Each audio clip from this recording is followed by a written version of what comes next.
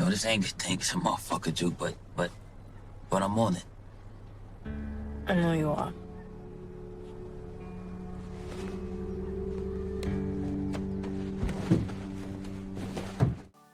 So this was one of a very few moments which actually would have put a smile on many faces, but it took a lot of pain from both characters to get to this position. For Juke, it's clear she suffered the most in terms of losing the ones she loves the most. She was abandoned by her mom, falling in love with Nicole, and mourning her death, to the distant relationship with her father.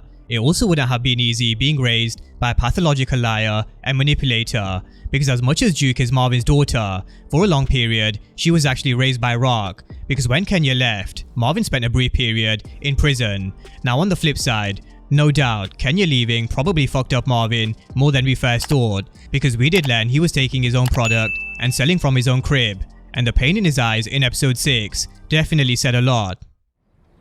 I'm sorry, Marvin. You left. Stay gone. And Marvin warned Kenya to leave Juke because she had no business coming back into her life after all these years. He also mentioned how she slept with an NBA player back in the day, and it is clearly something that would have hurt Marvin. But it was actually Juke who reached out to Kenya, because not only has she suffered loss of loved ones, we haven't seen a single bit of interaction between her and Lou since he went behind her back giving Ziza her song, and so she found comfort with Kenya instead, and also turned to other coping mechanisms.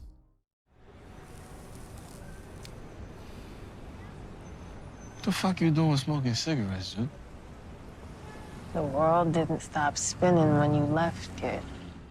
So along with smoking, the other coping mechanism was actually reconnecting with Kenya, which made her forget about the hard life she suffered in Queens. And where I mentioned Juke had a double life in season 1, with Nicole being able to bring out the Laverne in Jukebox. In essence, we were seeing Juke go through something similar with Kenya, a double life. But this time she was being someone who she wasn't. She let her hair down, she stopped boosting clothes, and it was also the first time Marvin saw Juke in a dress for a long time. But this relationship was doomed from the start, and where Juke suffered even more pain, physically and mentally, in episode 8. But ironically, it was also the catalyst for Marvin and Juke to finally come together, albeit there's definitely a lot that needs to be fixed.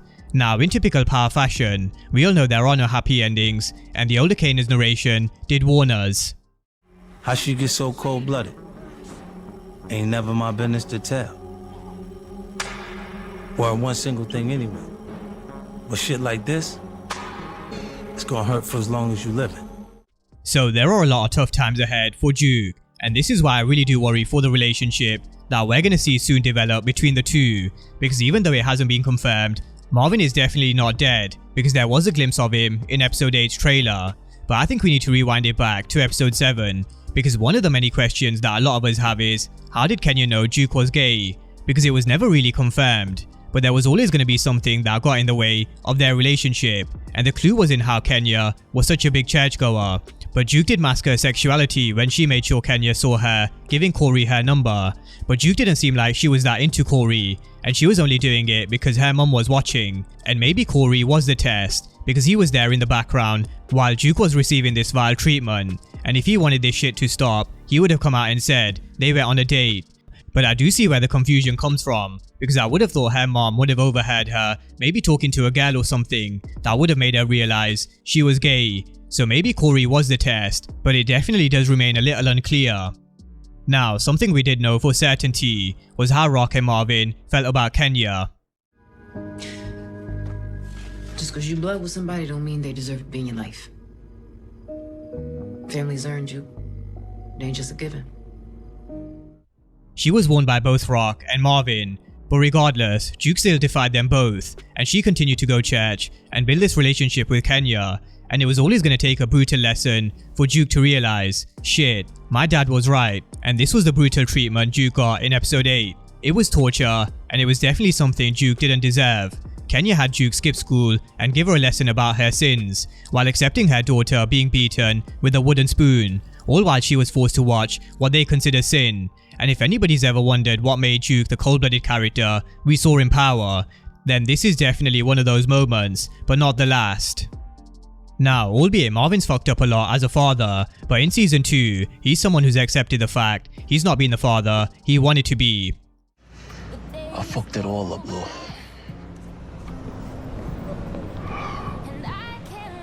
Yeah, you did.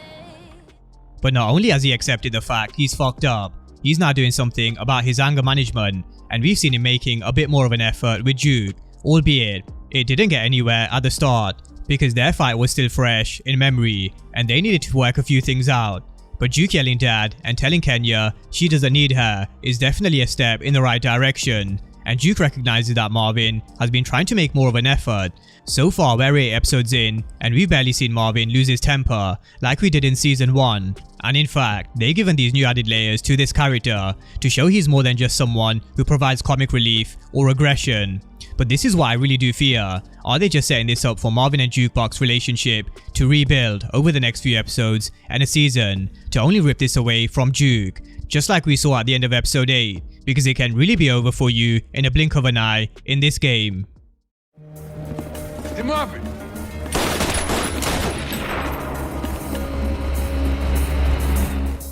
Finally, something good happened for Marvin in terms of his relationship with Juke, and when he wanted to share it with Renee, she unfortunately found herself being in the wrong place at the wrong time. Marvin was followed by the Italians, and they were both shot at the end, and no doubt, it's always the innocent ones who suffer, and I think we're in for a bit of a role reversal from season 1. In season 1, we saw Lou being lit up at the end of episode 8, and where Marvin took revenge for his baby brother, but this time round, after Marvin was shot, it does look like we're gonna see Lou taking blood for Marvin. But regardless of what happens with the Italians, I really do fear for Marvin, especially because they seem to be building this relationship up with Juke. So when Marvin's death eventually comes, whether it's season 2, 3 or 4, it's something that will only contribute to this cold-blooded Juke that the older Kanan's narration mentioned, because as he said, the brutal treatment from Kenya and everybody else from the church is only just the start. So that's a breakdown of the events we saw play out from the relationship between Marvin, Juke and Kenya. And even though we're yet to see Juke turn cold-blooded, what Kenya did in episode 8 is definitely the catalyst. But are we also about to see Marvin unleash and bringing that layer of aggression out we were so familiar with in season 1? I think the Italians need to stay out of Marvin's way. But drop all your thoughts down below on all things Juke, Kenya and Marvin. And of course, if you are new to the channel and you haven't done so already, then remember to smash the subscribe button if you want to see everything Power Book 3 and Power Universe related. But as always, thank you guys for watching, and I'll see you next time.